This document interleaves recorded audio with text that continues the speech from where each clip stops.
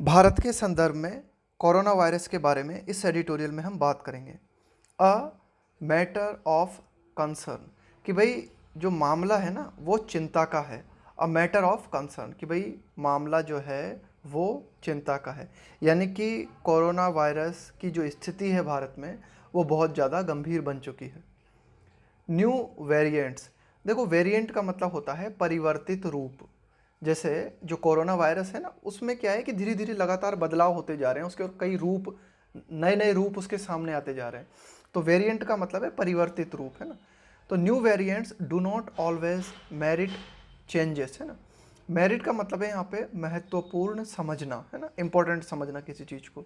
तो do not always merit changes in public health response. भाई public को क्या फ़र्क पड़ता है कि पब्लिक की जो प्रतिक्रिया है ना, स्वास्थ्य की दृष्टि से पब्लिक की जो प्रतिक्रिया है कोरोना वायरस के वेरिएंट की ओर, है ना। तो न्यू वेरिएंट जो नए, एक तरह आप कह सकते हो कि नए जो परिवर्तित रूप होते हैं वे परिवर्तित रूप भी लोगों में मतलब एक तरीके से अच्छा बदलाव लेके नहीं आते हैं ना, लोगों को कोई फर्क नहीं पड़ता।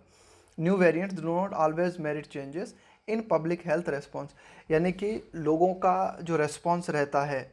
वायरस के प्रति, है ना, वो वैसा ही बना रहता है। लेकिन फिर भी कि भाई ये जो नए वेरिएंट होते हैं बट कीप पीपल अलर्ट, लेकिन ये क्या करते हैं, लोगों को अलर्ट बनाए रखने में मदद करते हैं। भाई जब साइंटिस्ट्स या कोरोना वायरस से की रिसर्च से जुड़े हुए लोग जब बोलते हैं कि भाई नया वेरिएंट आ गया है, तो ठीक है, लोगों का जो रेस्पॉन्स होता है उसमें ज़्यादा बदलाव तो नहीं आता, लेकिन फिर भी लोग इसके माध्यम से अलर्ट बनते हैं, जागरूक बनते हैं, है ना। द इंडियन वेरिएंट, अब देखो कोरोना वायरस का जो इंडियन वेरिएंट है ना, उसका क्या है, ये बी ये 1617 and its family of related corona virus. इसके अलावा कुछ और भी परिवर्तित रूप है ना उसके related,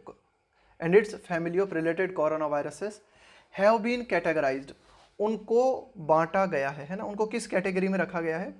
as a variant of concern by WHO, कि वर्ल्ड हेल्थ ऑर्गेनाइजेशन जो है WHO जो है उसने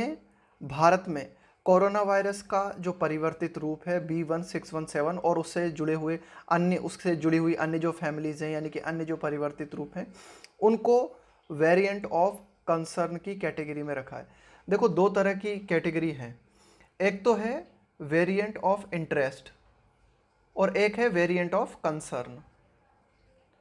तो देखो वेरिएंट ऑफ इंटरेस्ट का मतलब है कि भाई ठीक है ये जो वायरस है मतलब खतरनाक है, लेकिन जब वेरिएंट ऑफ कंसर्न बोलते हैं ना हम, तो वेरिएंट ऑफ कंसर्न का मतलब होता है कि वायरस बहुत ही ज़्यादा खतरनाक स्थिति में है, यानी कि जो वैक्सीन है वो वैक्सीन भी अब काम नहीं कर पा रही है ना, ऐसी स्थिति जब आ जाती है ना, तो यानी कि जब ज़्यादा सीरियस स्थिति हो जाती है तो उसको बोलते हैं वेरिएंट ऑफ कंसर्न। और इतनी ज़्यादा सीरियस नहीं होती, यानी कि हालांकि है तो ये भी खतरनाक, वेरिएंट ऑफ इंटरेस्ट जो है वो भी खतरनाक है, लेकिन वेरिएंट ऑफ कंसर्न जो है वो और भी ज़्यादा खतरनाक है, वो बहुत ही खतरनाक स्थिति है।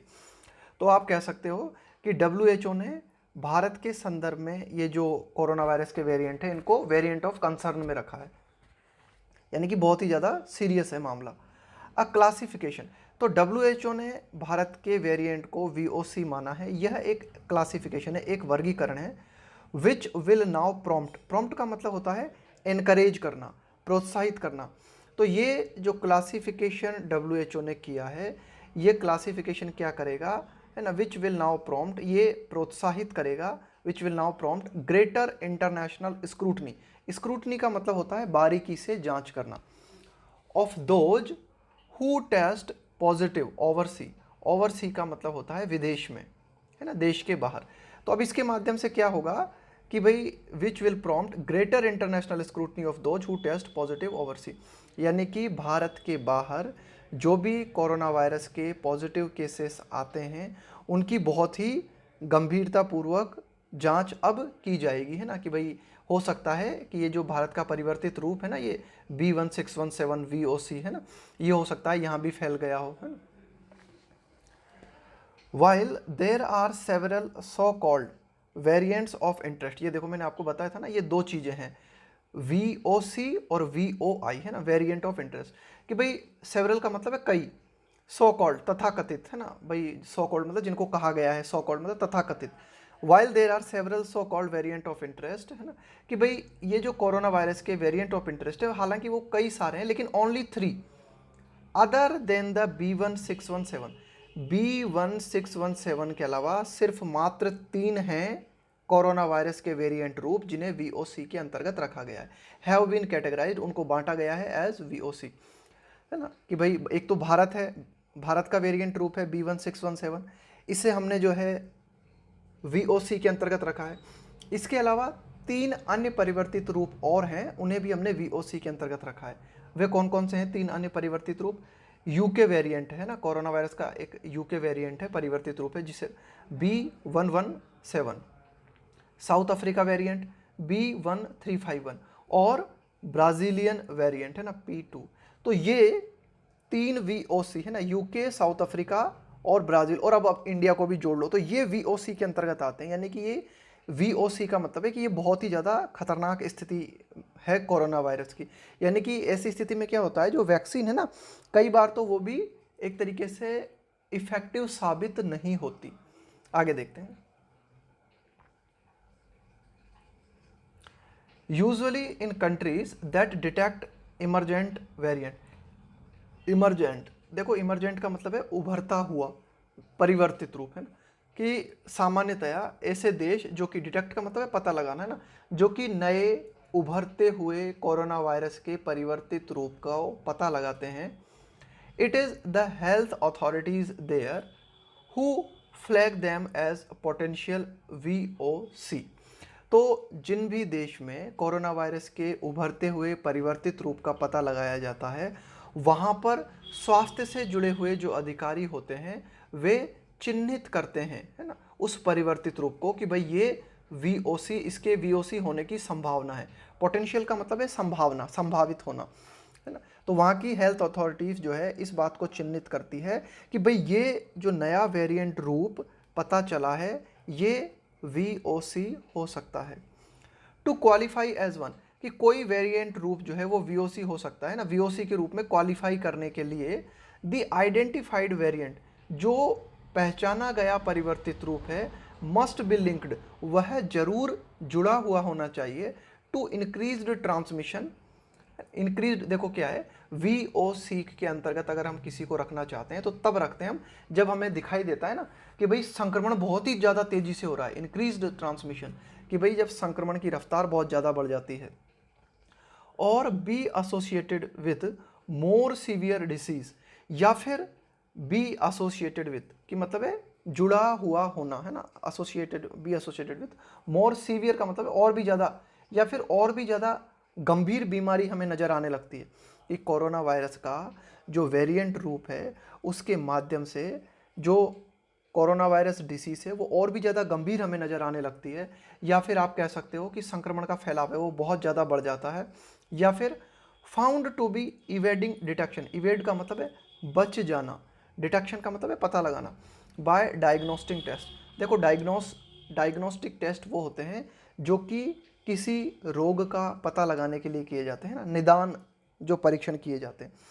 तो अगर हमें ऐसा नज़र आता है ना, कि भाई और फाउंड टू बी, ऐसा पाया जाता है evading detection by diagnostic test, कि भाई हम डायग्नोस करने की कोशिश कर रहे हैं व्यक्ति में और वो वायरस जो है वो डिटेक्ट नहीं हो पा रहा, बच जाता है ना, वायरस पकड़ में ही नहीं आ पा रहा। तो ये कारण अगर हमें नज़र आते हैं तो उस वायरस को VOC कैटेगरी में रखा जाता है, कि हमें दिखाई देता है कि भाई जो वायरस का संक्रमण है वो बहुत ही ज़्यादा रफ्तार से हो रहा है, या फिर हमें नज़र आता है कि भाई इस वायरस के चलते जो बीमारी है वो बहुत ही ज़्यादा गंभीर हो चुकी है, या फिर हमें नज़र आता है कि भाई जो टेस्ट किए जा रहे हैं इस वायरस का पता लगाने के लिए, ये वायरस उस टेस्ट की पकड़ में भी नहीं आ रहा, उससे भी बच जा रहा है, तब उस वायरस को माना जाता है कि ये वायरस जो है बहुत ही सीरियस हो चुका है और उसे VOC कैटेगरी में रखा जाता है। Concerns that the B1617 may be playing a role in disease spread in disease spread in India were expressed by scientists by mid-March, है ना। इस तरह की चिंताएं, concerns that कि भाई ये जो B1617 है may be playing, संभव है शायद ऐसी भूमिका निभा रहा हो, प्ले रोल का मतलब होता है भूमिका निभाना, कि भाई इस तरह की चिंताएं व्यक्त की गई थी कि भाई ऐसी पॉसिबिलिटी है कि ये जो B1617 है यह इस तरह की भूमिका निभा रहा हो इन डिसीज स्प्रेड, कि भारत में जो कोरोना वायरस की डिसीज लगातार फैल रही है, स्प्रेड का मतलब है फैलाव, कि भाई ये जो बीमारी का फैलाव लगातार भारत में होता जा रहा है ना, इसका कारण B1617 हो सकता है। इस प्रकार की चिंताएं व्यक्त की गई थी। वर एक्सप्रेस्ड, एक्सप्रेस का मतलब है अभिव्यक्त करना, बाय साइंटिस्ट बाय मिड मार्च, है ना, मार्च के, है ना, यानी कि 15 मार्च तक वैज्ञानिकों के द्वारा इस बात को अभिव्यक्त किया गया था कि भारत में जो बहुत ही तेज़ी के साथ बीमारी फैल रही है उसमें हो सकता है कि B1617 एक बहुत ही महत्वपूर्ण भूमिका निभा रहा हो। द INSACOG, है ना,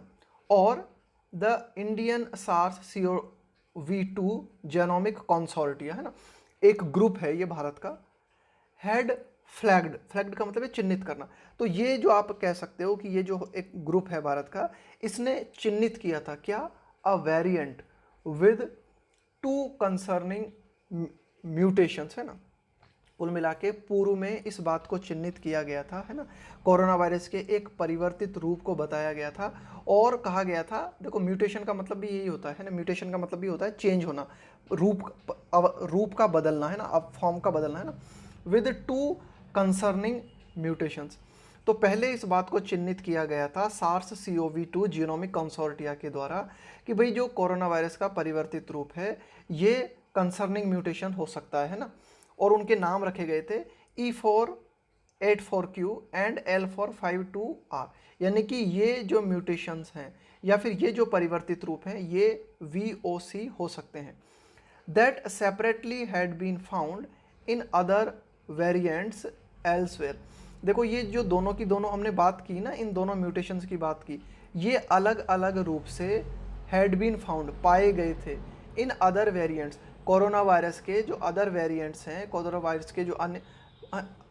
वायरस के जो अदर वेरिएंट्स हैं अन्य जगहों पर, एल्सवेयर का मतलब है अन्य जगहों पर, ये दोनों की दोनों रूप अलग अलग रूप में पाए गए थे।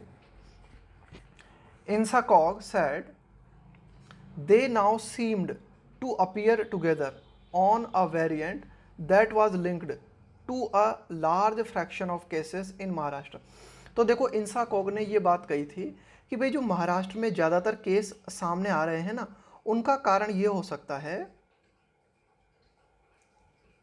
INSACOG ने ये बात कही कि महाराष्ट्र में कोरोना वायरस के ज़्यादातर जो केस सामने आ रहे हैं उनका कारण ये हो सकता है कि ये जो दोनों की दोनों, एक तरीके से आप कह सकते हो ये जो दोनों की दोनों परिवर्तित रूप है ना, ये एक साथ मिलके एक नया रूप इन्होंने ले लिया है ना, ऐसा आप कह सकते हो कि ये जो दोनों की दोनों वेरिएंट हैं, दोनों की दोनों मिलके एक साथ इन्होंने एक नया रूप ले लिया है और ये दोनों की दोनों वेरिएंट एक साथ काम कर रहे हैं। सैड दे नाउ सीम्ड का मतलब है प्रतीत होना, टू अपीयर टुगेदर, कि भाई ये जो दोनों की दोनों वेरिएंट हैं ये एक साथ प्रकट होते हुए नजर आ रहे हैं, ऑन अ वेरिएंट, कि भाई एक अलग ही तरह का वेरिएंट बन गया है, एक अलग ही तरह का परिवर्तित रूप बन गया है जिसमें ये दोनों शामिल हैं, है ना, दैट वाज लिंक्ड, और ये जो परिवर्तित रूप है इसको जोड़ा गया, that was linked to a large fraction, fraction का मतलब होता है समूह, है ना, large fraction of cases in Maharashtra, कि भाई एक तरीके से आप कह सकते हो कि ज़्यादातर, है ना, फ्रैक्शन का मतलब आप समझ सकते हो, पार्ट भी समझ सकते हो आप, हिस्सा, है ना, कि एक तरीके से जो बड़ा हिस्सा है महाराष्ट्र में कोरोना वायरस के केसेस का उसमें इनका हाथ हो सकता है। And began to be called double mutant, और INSACOG ने इस बात को कहना शुरू कर दिया कि भाई आप ये जो महाराष्ट्र में ये दोनों रूप मिल गए हैं ना, इसको आप डबल म्यूटेंट कह सकते हो या फिर इवन ट्रिपल म्यूटेंट कह सकते हो। डबल म्यूटेंट का मतलब है कि कोरोना वायरस का रूप बदला और बदल गया फिर और बदल गया, है ना, ये भी जुड़ गया वो भी जुड़ गया, है ना, इस तरह से लगातार जो है ये वायरस बदल रहा है, तो इसको डबल म्यूटेंट कह सकते हो, या यहाँ तक कि आप इसे इवन ट्रिपल म्यूटेंट भी कह सकते हो। As it also had another important mutation, इसे ट्रिपल म्यूटेंट क्यों कह सकते हो, इसलिए कह सकते हो एज इट ऑल्सो हैड, है ना, अनदर इंपॉर्टेंट म्यूटेशन, क्योंकि ये जो परिवर्तित रूप है ना महाराष्ट्र में जो सामने आया उसमें एक और, आप कह सकते हो एक और परिवर्तन हमें देखने को मिल सकता है, वो हो सकता है P614R का। In March nearly 20% of the cases out of Maharashtra, कि महाराष्ट्र में जितने भी केसेस मार्च में सामने आए उनमें से लगभग 20%, विच हैज़ कंसिस्टेंटली मतलब लगातार, which has consistently been among the most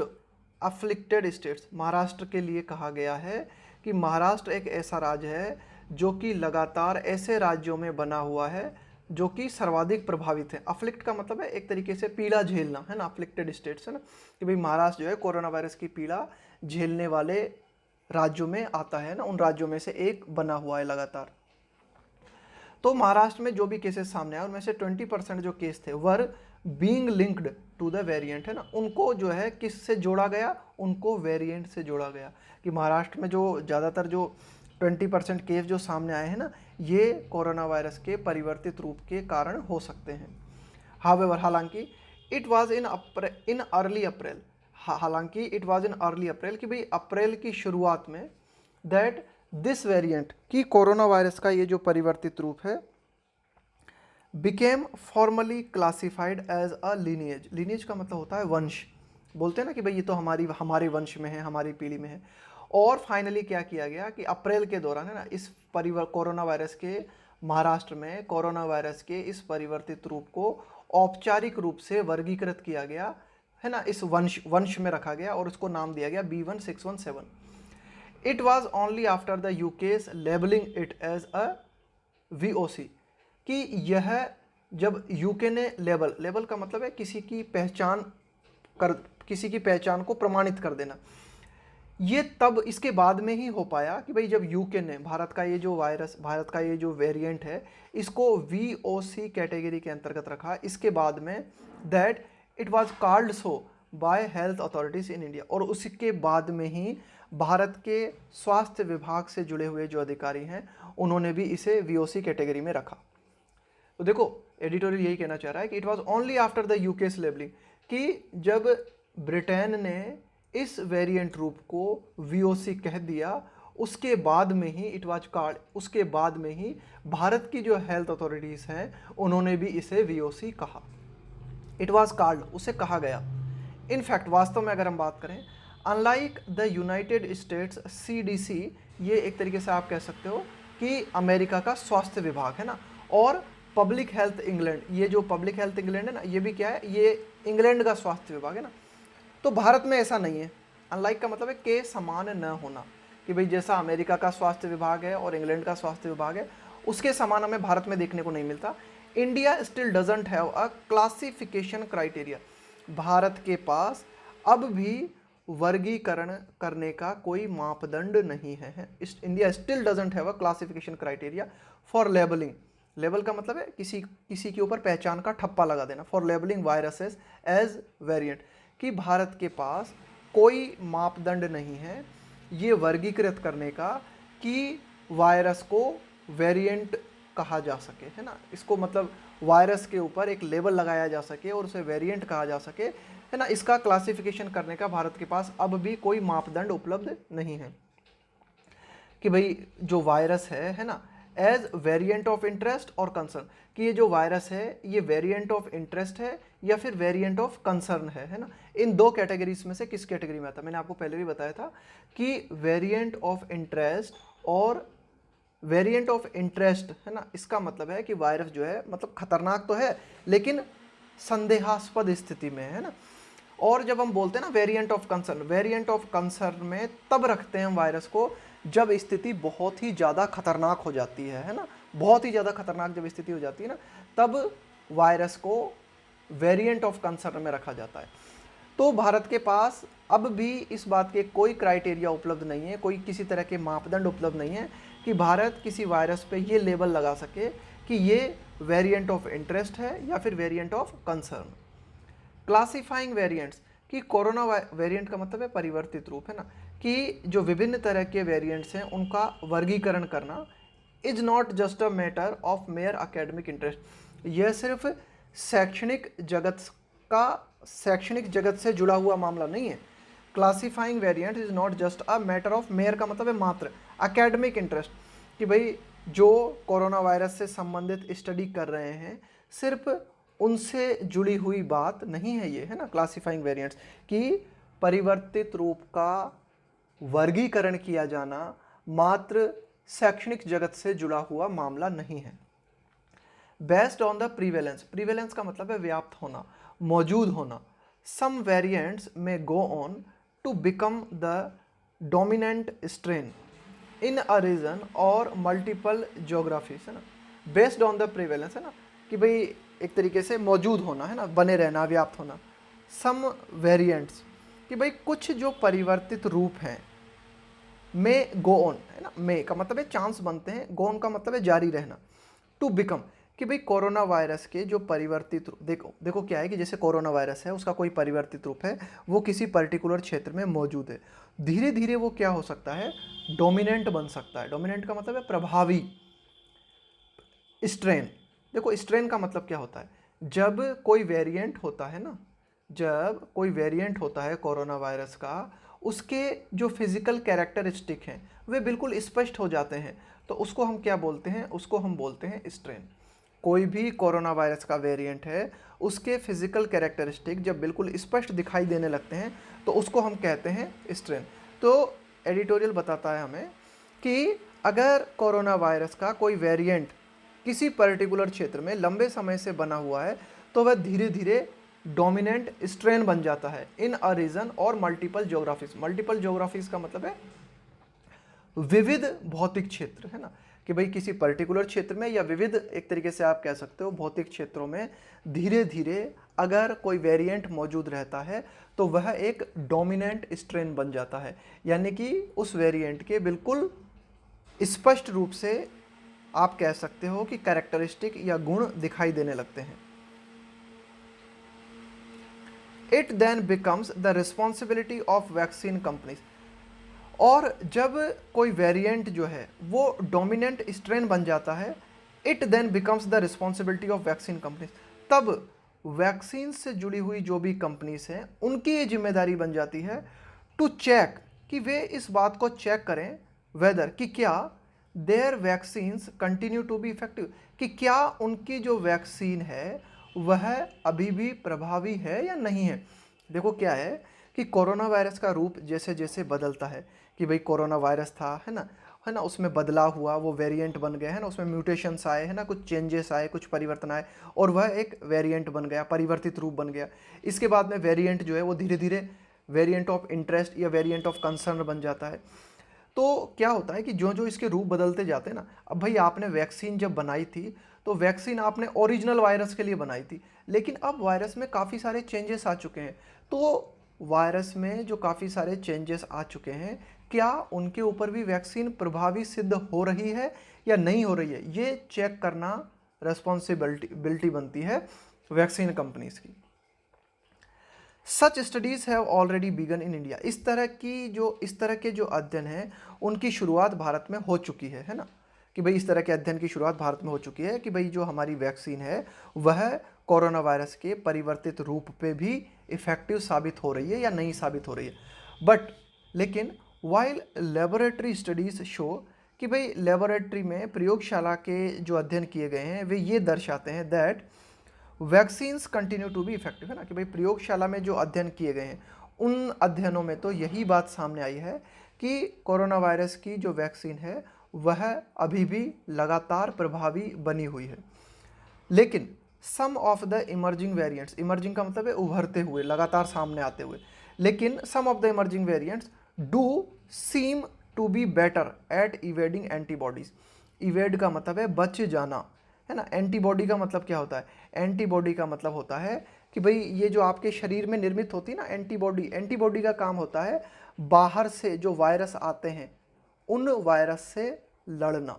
तो देखो जब हम वैक्सीन लगाते हैं ना किसी व्यक्ति में, किसी व्यक्ति को हम वैक्सीन लगाते हैं तो उसके माध्यम से उसके शरीर में एंटीबॉडी निर्मित करते हैं, और जब व्यक्ति के शरीर में एंटीबॉडी निर्मित हो जाती है तो बाहर से अगर कोई वायरस आता है तो उस वायरस से एंटीबॉडी लड़ती है और आपको बीमारी नहीं होने देती। तो देखो प्रयोगशालाओं में जो हम अध्ययन कर रहे हैं तो प्रयोगशालाओं के माध्यम से तो यही बात सामने आई है कि कोरोना वायरस वैक्सीन अभी भी प्रभावी बनी हुई है, लेकिन कुछ उभरते हुए परिवर्तित रूप कोरोना वायरस के जो हमारे सामने आए हैं वे ऐसा प्रतीत होते हैं do seem to be better at evading antibodies, कि वे एंटीबॉडीज से बच रहे हैं। यानी कि कुल मिला के भाई जो प्रैक्टिकल रूप में बात सामने आ रही है ना, वो बात सामने आ रही है कि कोरोना वायरस के परिवर्तित रूप वैक्सीन को भी धोखा दे रहे हैं, है ना। ये एडिटोरियल कहना चाह रहा है ना, to be better at evading antibodies, कि जो एंटीबॉडीज हम वैक्सीन के माध्यम से व्यक्ति के शरीर में निर्मित कर रहे हैं, वो एंटीबॉडीज उस वायरस के उस वेरिएंट रूप से लड़ने में नाकाम है। आगे देखते हैं। अलॉन्ग विथ मॉनिटरिंग का मतलब है निगरानी करना, री इन्फेक्शंस एंड अलॉन्ग विथ का मतलब है के साथ में, कि भाई किसी व्यक्ति में दोबारा से इन्फेक्शन जो होता है उसकी निगरानी करना, उसी के साथ साथ केसेस ऑफ ब्रेक थ्रू का मतलब होता है कोई महत्वपूर्ण विकास होना, है ना, एक महत्वपूर्ण उपलब्धि हासिल होना, महत्वपूर्ण, and cases of breakthrough infections. देखो क्या क्या बातें करनी है। एक तो क्या है कि व्यक्ति को दोबारा इन्फेक्शन हो, इसकी निगरानी करनी है। इसके साथ ही साथ जो इन्फेक्शंस हैं इनमें जो महत्वपूर्ण विकास नज़र आ रहा है ना, उसका भी हमें ध्यान रखना है। Testing positive after being double inoculated. देखो इनोक्यूलेट का मतलब होता है टीकाकरण करना, कि किसी व्यक्ति को हमने 2 बार वैक्सीन का टीका लगा दिया, इसके बाद भी अगर कोई व्यक्ति कोरोना वायरस पॉजिटिव पाया जाता है ना, तो इसके केसेस कितने बढ़ रहे हैं, इनको भी हमें ध्यान में रखना है। इन सारी चीज़ों को ध्यान में रखते हुए flagging variants must be scene. Flagging variant का मतलब है परिवर्तित रूप, फ्लैगिंग वेरिएंट्स, है ना। इसके बाद में हमें क्या करना है, कोरोना वायरस का जो परिवर्तित रूप है उसे चिन्हित करना है ना, उसको चिन्हित करने को देखा जाना चाहिए। Must be seen as a crucial health response. Crucial का मतलब है महत्वपूर्ण, है ना, स्वास्थ्य प्रतिक्रिया। तो यही एडिटोरियल कहता है कि री इन्फेक्शन अगर होते हैं तो ऐसे केसेस की निगरानी करना। 2 बार आपने किसी व्यक्ति को टीकाकरण कर दिया व्यक्ति का, उसके बाद भी कोरोना वायरस पॉजिटिव अगर कोई व्यक्ति सामने आता है तो इसको देखना। इन सारी बातों को ध्यान में रखते हुए उस वेरिएंट को चिन्हित करना एक महत्वपूर्ण हेल्थ रेस्पॉन्स के रूप में, एक महत्वपूर्ण स्वास्थ्य प्रतिक्रिया के रूप में देखा जाना चाहिए। Detecting newer variants doesn't always merit radical change. देखो रेडिकल चेंज का मतलब होता है जबरदस्त बदलाव इन पब्लिक हेल्थ रेस्पॉन्स। भाई आम जो पब्लिक है ना, उसका जो रेस्पॉन्स है ना, उसमें कोई ज़्यादा परिवर्तन हमें देखने को नहीं मिलता। डिटेक्टिंग न्यूअर वेरिएंट्स, कि भाई ठीक है, डिटेक्टिंग का मतलब है पता लगाना, कि भाई नए कोरोना वायरस के जो परिवर्तित रूप हैं उनको आपने डिटेक्ट कर लिया, उनका आपने पता लगा लिया। डजंट ऑलवेज मेरिट, है ना, मेरिट का मतलब है महत्वपूर्ण साबित होना। Doesn't always merit radical changes in public health response. तो कोरोना वायरस के नए परिवर्तित रूप को डिटेक्ट कर लेने से लोगों का जो हेल्थ रिस्पॉन्स है उसमें महत्वपूर्ण बदलाव हमें दिखाई नहीं देते, है ना। ये एडिटोरियल कहना चाह रहा है ना। सच एज मास्किंग अप, कि भाई लोग बाग जैसे है ना वो तो वैसे ही रहते हैं। ऐसा नहीं कि लोग बाग जो है, मास्क अप का मतलब है मास्क को पहनना, कि भाई लोग बाग जो है और ज़्यादा मतलब एक तरीके से उनका हेल्थ रिस्पॉन्स में हमें बढ़ोतरी देखने को मिलती है कि उन्होंने मास्क पहनना चालू कर दिया, but they go a long वे। लेकिन एडिटोरियल कहता है कि नए वेरिएंट का पता लगाने से क्या होता है कि भाई लंबे रूप में हमें मदद मिलती है। They go a long way in reminding people. लेकिन परिवर्तित रूप के पता लगने से क्या होता है कि लोगों को ये याद दिलाने में मदद मिलती है टू कंटिन्यू बीइंग अलर्ट, कि लोग बाग लगातार अलर्ट बने रहें, टू कंटिन्यू बीइंग अलर्ट, है ना। Viewing vaccine as an important defence. Viewing का मतलब है देखते हुए, कि आम जनता जो है इस बात को देखते हुए वैक्सीन, कि भाई जो वैक्सीन है एज एन इंपॉर्टेंट डिफेंस, कि भाई वैक्सीन जो है वो सिर्फ एक बहुत ही महत्वपूर्ण सुरक्षा का उपाय है, बट नॉट अ मैजिक पिल। लेकिन ये कोई जादुई गोली नहीं है, है ना। कि भाई क्या है कि परिवर्तित रूप के बारे में लोगों को अगर हम बताते रहते हैं बार बार, तो लोगों में अवेयरनेस बढ़ती है, लोगों को इस बात का पता चलता रहता है कि भाई ठीक है कि जो वैक्सीन हम ले रहे हैं ये वैक्सीन वायरस के खिलाफ एक महत्वपूर्ण बचाव है, लेकिन ये कोई जादुई गोली नहीं है। And keeping health authorities on their toy. देखो क्या होता है, ये एक फ्रेज है, ये जो लास्ट में लिखी हुई है ना, एक ईडियम आप इसे कह सकते हो, keep somebody on their toys, है ना। Keep somebody on their toys, है ना, ऑन देयर टॉयज। इसका मतलब ये होता है इस बात को सुनिश्चित करना, इस बात को सुनिश्चित करना कि आप जो भी कर रहे हो, आप जो भी कर रहे हो उसे